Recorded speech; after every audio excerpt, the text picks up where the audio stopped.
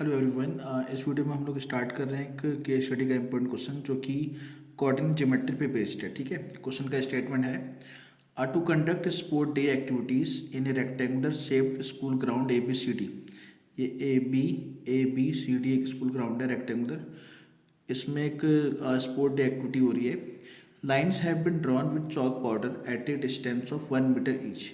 Chalk powder से 1-1 metre दूर पे लाइन बनाई गई है।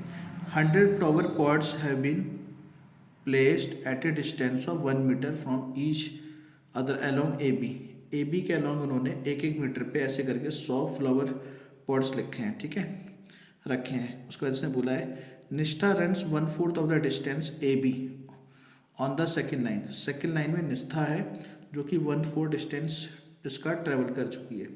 ठीक है, और उसके वो पोस्ट करती है ग्रीन फ्लैग, यहाँ पे ग्रीन फ्लैग लगाया है।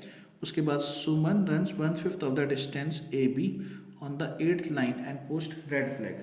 पोस्ट करती है रेड फ्लैग। तो इसका मतलब यहाँ पे निष्ठा है और निष्ठा ने ग्रीन फ्लैग लगाया है, और यहाँ पे आपका सुमन है, उसने रेड फ्लैग लगाया है। यहाँ पे निष्ठा है, यहाँ पे सुमन है। ठीक है, तो सबसे पहले हमें इनकी पोजीशन फाइंड करनी है। फर्स्ट में बोली गया what is the position of green flag. ठीक है, मतलब निष्ठा की पोजीशन। तो सबसे पहले देखो निष्ठा ने कितना चला है। निष्ठास run 1/4 of A B.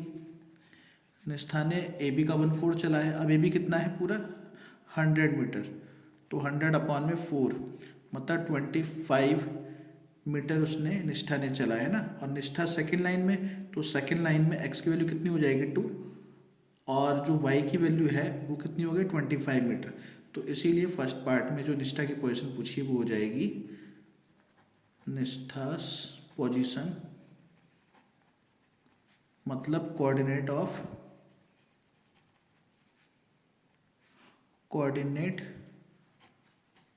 Of green flag क्या हो जाएंगे 2,25। इसको पी मान लो। ठीक है ना, ये आपके पास हो गया 2,25। इसी तरीके से आप सेकंड पार्ट के लिए क्या करोगे।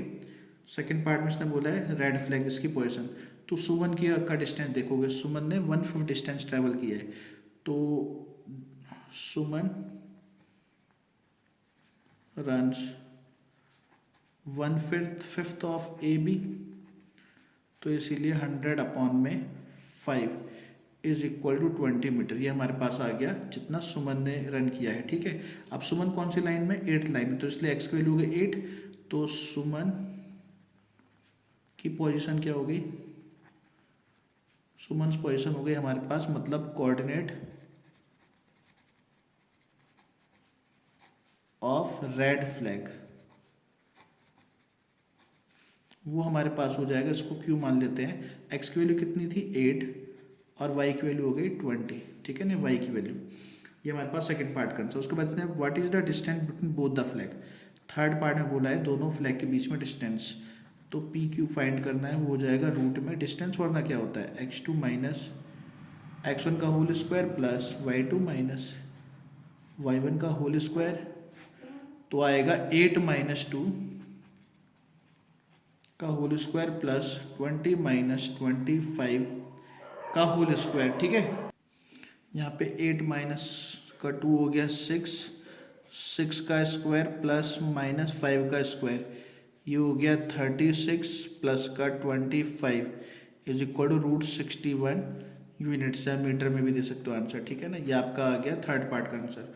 फोर्थ में इसने बोला what is the distance of red flag from the point A का मतलब तो भाई ओरिजिन हो गया।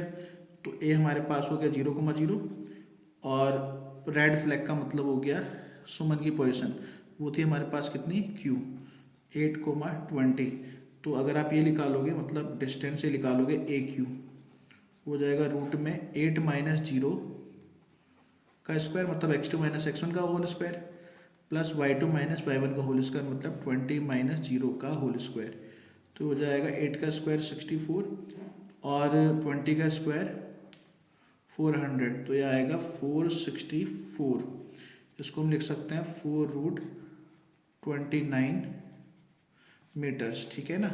तो ये इसका फोर्थ पार्ट का भी आंसर आ गया।